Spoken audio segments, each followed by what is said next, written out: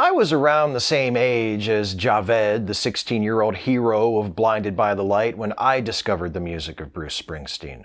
Like him, I was young. Like him, I felt trapped in my small town. I felt misunderstood by my parents, and I had dreams that didn't seem compatible with the life I'd been born into.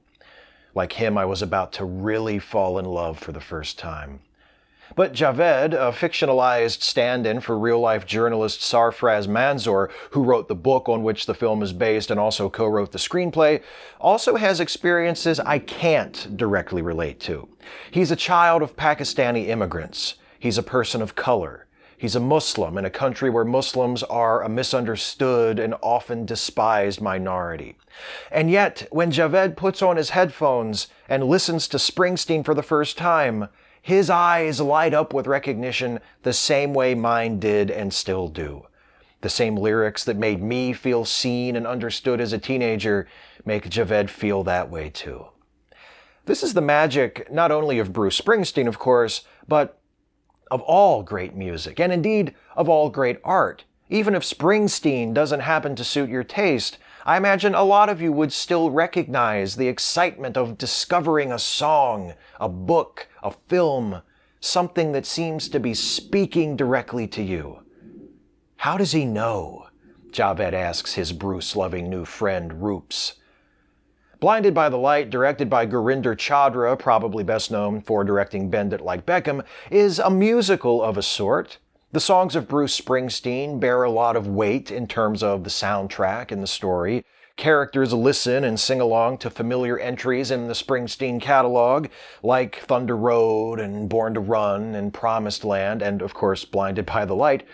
But the true achievement of the film is to tell a story about the impact of Springsteen's music, which unfolds like a Springsteen song itself. Javed, like a typical protagonist of a late 70s to mid-80s Springsteen song, is a young man from a working-class town who feels alienated from his family and most of his peers, who longs to fall in love but hasn't yet, who yearns to transcend his present circumstances, to move up, to get out, to escape, to do something. Like many a classic Springsteen song, Blinded by the Light shows us a character who is struggling to understand who he is without referring to many of the most common markers of human identity. If Javed doesn't want to be defined by his family or his ethnicity or his social class or his occupation, then what's left? While trying to find an answer to that question, Javed goes through an accelerated version of what I think is probably the trajectory of many Springsteen fans. There's that initial elation of recognition. It's like he's singing about me. This is followed by the hero worship phase when Bruce takes on the gravitas of an ancient prophet. But ultimately, Javed learns the same lesson I and countless other Springsteen fans have learned. No matter how much you love him at first, you don't truly understand what he's singing about until life has brought you to the point of giving up, or you've had your heart broken, or had to live with breaking someone else's heart. Then you turn to those same songs, and just as Javed discovers, you notice things you didn't hear before. Blinded by the Light is a character study, and it could hardly have picked a better character on whom to focus. Javed, as played by Vivek Kalra in what should be a star-making performance, is so charming and likable and sympathetic, it's impossible not to care for him and root for him. But like many a great Springsteen song, Javed's story doesn't take place in a vacuum. He lives with his family in the town of Luton in the southeast of England. It's 1987. His father loses his job at a factory. The fascist white supremacist National Front has become active in Luton, targeting Pakistani immigrants in particular. Politics are a part of this story. Racism is a part of this story, but those elements aren't there to give the filmmakers an excuse to preach. Politics and racism figure into the story because they figure into the lives of these characters, just as they figure into the lives of real people like them. In addition to Javed's family and some fellow immigrants, there are a handful of white characters in important supporting roles. There's Matt, Javed's best friend since childhood. There's Javed's neighbor, Mr. Evans, who becomes an unlikely but much-needed source of encouragement. There's Eliza, the classmate in whom Javed takes a romantic interest. And there's Javed's English teacher, Miss Clay, played by Haley Atwell, who pushes him to pursue his dream of being a writer. Miss Clay, in particular, is a wonderful character, not just for who she is, but for the place she occupies within the story. She's the idealistic, attractive white woman who sees the untapped potential of the young man from the immigrant family. In another film, a film written and directed by white people, she might have been the main character. But not here. She's important to this story, but it doesn't belong to her.